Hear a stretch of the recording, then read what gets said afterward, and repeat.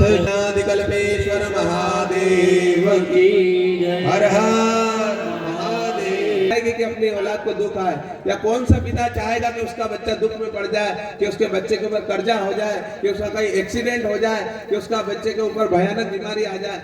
कोई माता पिता चाहेगा? अरे तो यह तो जगत का पिता है साहब, पूरे जगत का ब्रह्मांड का पिता भोलेनाथ है। और भोलेनाथ से यही प्रार्थना करना है कि हम तो तुम्हारी शरण में आए भोले, हमारे सुख दुख जो भी हो अब तुम्हारे हवाले जाती है। जरा हाथ खड़े करके बताएंगे, किसी को पता नहीं है? अरे भैया सुबह से फरियाल पे फरियाल, दुन्ना पे दुन्ना उबेड़ी रहा, देखो तो सही, दुन्ना पे दुन्ना उबेड़ी रहा। हमारे तो शिवरात्रि है, मालूम एक के भी नहीं दे रही। बोलो हर हर महादेव। अरे भैया जो व्रत कर रहे हैं, जो पर्व मना रहे हैं, केवल उसका कम से कम जानकारी तो होना चाहिए कि मना क्यों रहे हैं। अरे किस कारण मनाया जाता है, शिवरात्रि मनाई क्यों जाती है? देखिए साहब, वैसे तो शिवरात्रि वर्ष में 12 बार आती है, हर महीने में एक शिवरात्रि आती है, लेकिन यह जो शिवरात्रि है यह माघ मास के कृष्ण पक्ष की शिवरात्रि महाशिवरात्रि कही गई है। और महाशिवरात्रि को मनाए जाने के भी अनेक कारण हैं। प्रथम कारण तो बताया गया है शिव महापुराण में प्रथम कारण बताया है कि आज ही के दिन भगवान शिव प्रकट हुए थे। भगवान का जन्मदिन है और भगवान शिव का जन्मोत्सव भी आज के दिन है। आज ही के दिन भगवान, जब चारों ओर संसार में अंधकार ही अंधकार था, अंधेरा ही अंधेरा था, चारों तरफ अंधेरा, ना रोशनी थी ना कुछ नहीं, और चारों ओर जब अंधकार था तब अंधकार रूप में एक केवल ज्योति चमक रही थी, और उसी के मध्य से आज भगवान शिव शंकर प्रकट हुए थे। बोलिए शिव शंकर भगवान की। आज तो हमारे भोलेनाथ की शादी है, तो क्या आज के दिन शादी भी हुई थी भोलेनाथ की? गुरुजी तो बता रहे शिव पुराण में कि आज शादी नहीं हुई थी, आज तो भगवान प्रकट हुए थे। तो फिर जगह जगह लोग शादी क्यों मना रहे हैं भोलेनाथ? तो अन्य पुराणों में, स्कंद पुराण में उल्लेख आया है कि जिस प्रकार से हमारा जन्मदिन रहता है, और हमारा जन्मदिन रहता है तो कुछ नया काम करते हैं कि नहीं करते हैं? कोई अपने जन्मदिन के दिन भोलेनाथ का अभिषेक कराता है, तो कोई अपने जन्मदिन के दिन कोई नई रकम खरीदने जाता है। बेवादरी आज तो अपना जन्मदिन है तो आज कहीं ना कहीं रकम खरीदिला, कोई अच्छा सा गिफ्ट खरीदिला। कोई जन्मदिन के दिन एक नई गाड़ी लेने चले जाता है कि चलो आज मेरा जन्मदिन है तो याद रहेगा, चलो आज के दिन मैंने बड़ी गाड़ी खरीदी। इसी प्रकार से भगवान शिव ने भी आज ही के दिन विवाह संपन्न हुआ था, और भगवान शिव और पार्वती भी आज ही के दिन मिलन का दिन है। आज के दिन भगवान शिव और पार्वती का मिलन हुआ था। यजामहे सुगंधि पुष्टिवर्धन उर्वारुकमिव बंधना मृत्योर्मोक्षीयमामृता।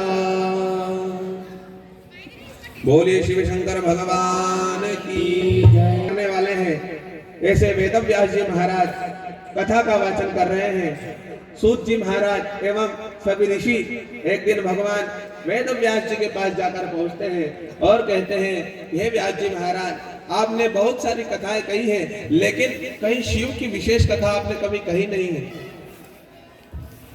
आपने भागवत महापुराण कही, आपने गरुड़ पुराण कही, लेकिन कोई शिव की ऐसी मंगलमयी कथा सुनाए जिससे भक्तों का कल्याण हो, एवं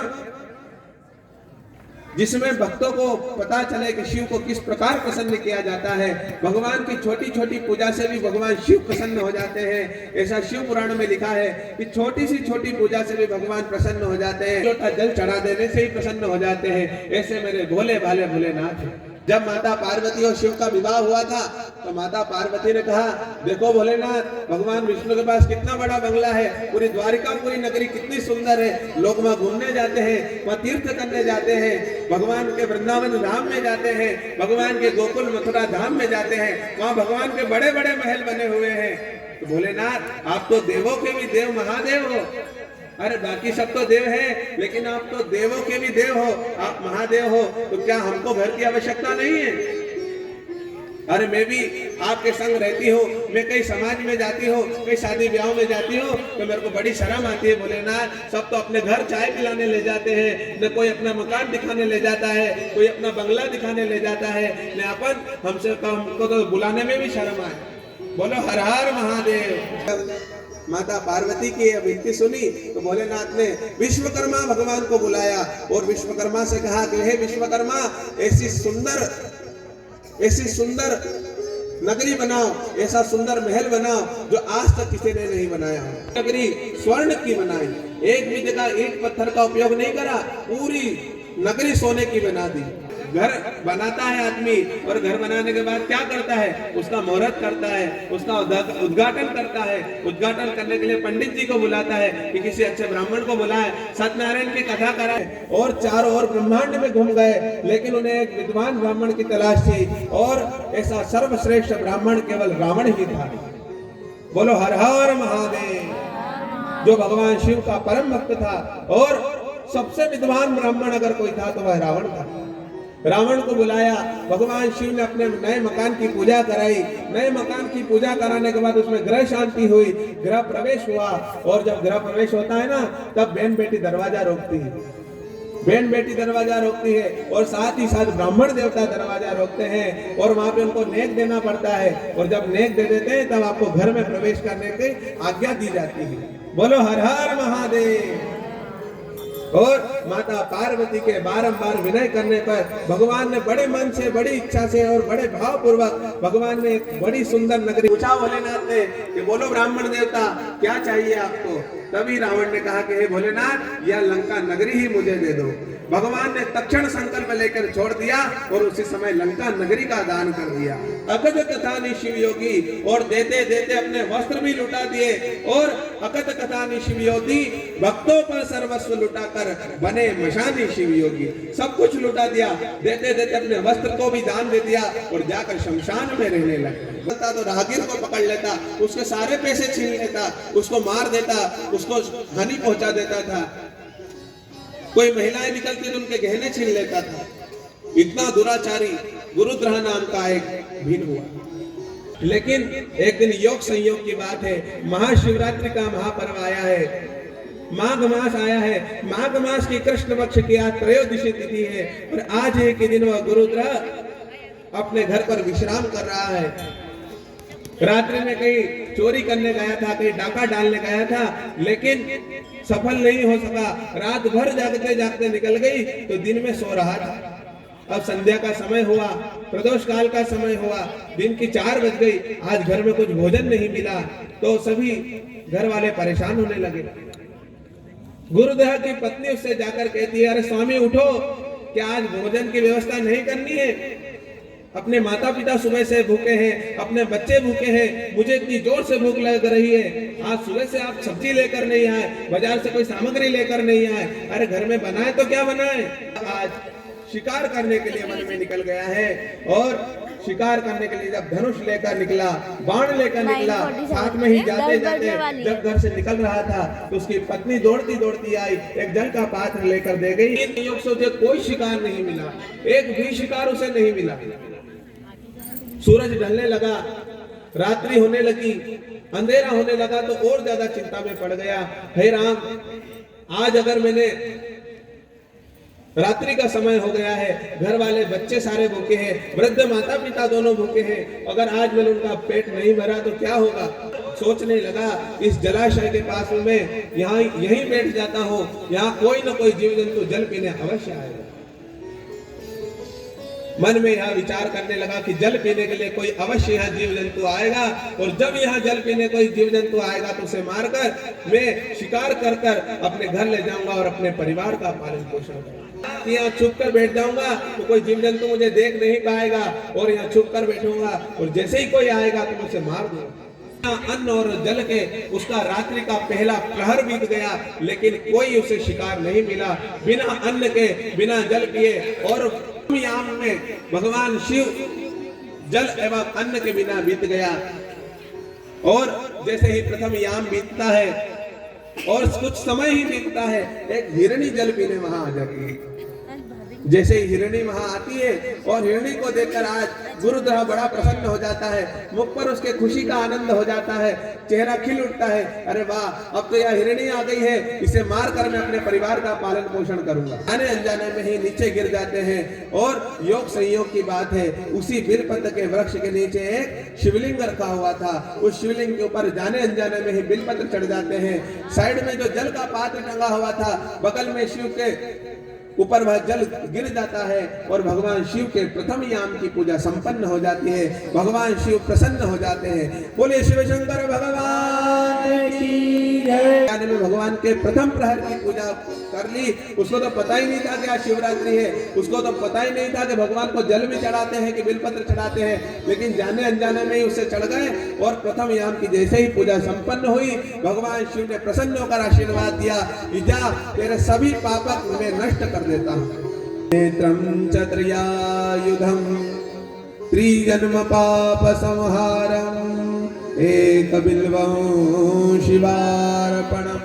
हो गया हो, लेकिन अगर भक्त मुझे श्रद्धा से एक बिलपत्र चढ़ा दे, थोड़ा सा जल अगर चढ़ा दे, तो मैं उसके सभी प्रकार 3 जन्मों के पाप में उसी समय नष्ट कर देता हूँ। निराला शंभुनाथ से निराला कोई और नहीं, भोलेनाथ से निराला कोई और नहीं, भोलेनाथ से निराला कोई और नहीं, शंभुनाथ से निराला कोई और नहीं।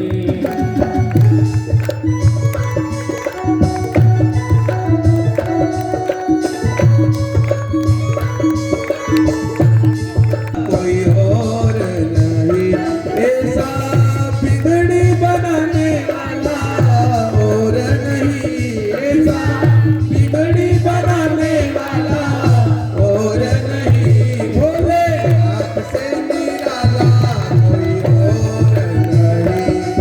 ओकाया जब जब करवट बदले, पाप चमकते अगले पिछले,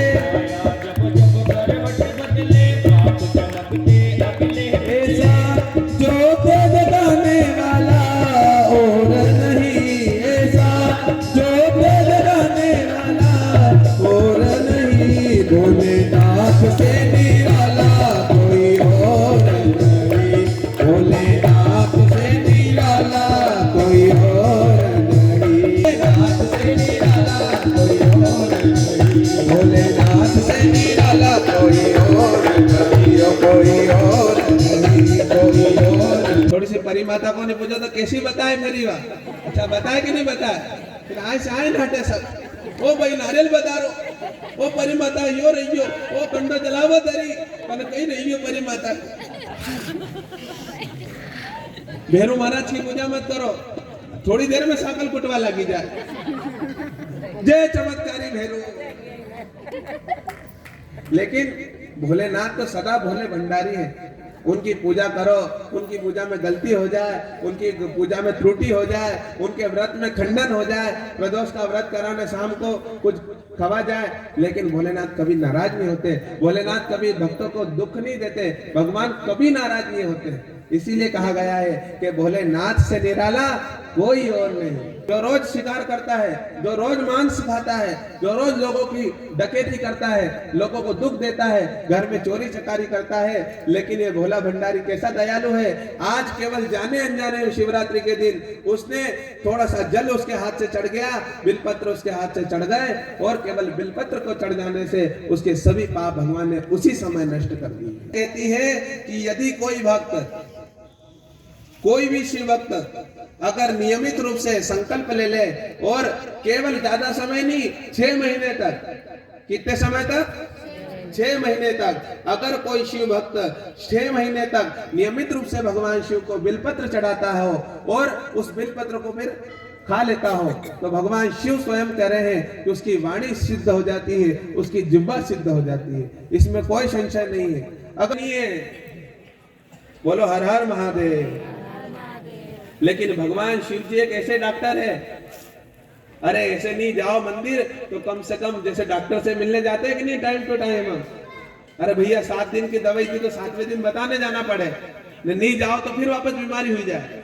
ऐसे भगवान भोलेनाथ भी बहुत बड़े डॉक्टर है, और ऐसा कोई सा इलाज नहीं है जो भोलेनाथ के यहाँ नहीं होता हो। नष्ट हो गए। इसी प्रकार से हमसे कोई दोष हो जाए तो भगवान शिव को केवल बिलपत्र चढ़ा देने से ही, जी के यहाँ सब कुछ था, बढ़िया, खूब वैभव था उनके पास, खूब कर्मकांडी ब्राह्मण थे, खूब कर्मकांड करते, गांव गांव में जाके कथा करते, लेकिन सब कुछ होने के बावजूद भी उनके घर पे कोई संतान नहीं थी। और होते हुए पास जा गए, भोलेनाथ के पास जाकर रोने लगे, और भगवान के पास जब जाकर अश्रु कोई बहा देता है ना, भगवान शिव के सामने अगर आपने प्रार्थना करी और आपकी आंखों से अगर अश्रु धारा बह गई ना, तो समझ लो भगवान ने आपकी वाणी को सुन लिया है, भगवान ने आपकी प्रार्थना को स्वीकार कर लिया है। ये इस बात का संकेत है। हर कथा में बताया गया है कि भगवान के शिव मंदिर में अगर आप गए हैं, भगवान का आप धन्यवाद ज्ञापित कर रहे हैं कि भोलेनाथ आपकी ही कृपा है, आपकी कृपा से सब कुछ बढ़िया चल रहा है। और ऐसा कहते अगर आंखों से अश्रु धारा बह जाए तो समझ लेना कि भगवान ने आपकी मनोकामना सुन ली है, भगवान ने आपकी वाणी को सुन लिया है, पूर्ण कर सकता है। बोलो हर हर महादेव। अब सिद्ध महापुरुषों का आशीर्वाद लेने कहां जाऊं? अनेक तीर्थों में घूमने लगे। एक बार एक सुंदर नगरी में गए और बद्रिकारण्य में जब जाकर पहुंचे तो सप्त ऋषियों का उन्हें दर्शन हुआ। शिव की कथा भी यही कहती है कि पुत्र होने कर इच्छा कोई, निश्चित शिव प्रसाद से होई।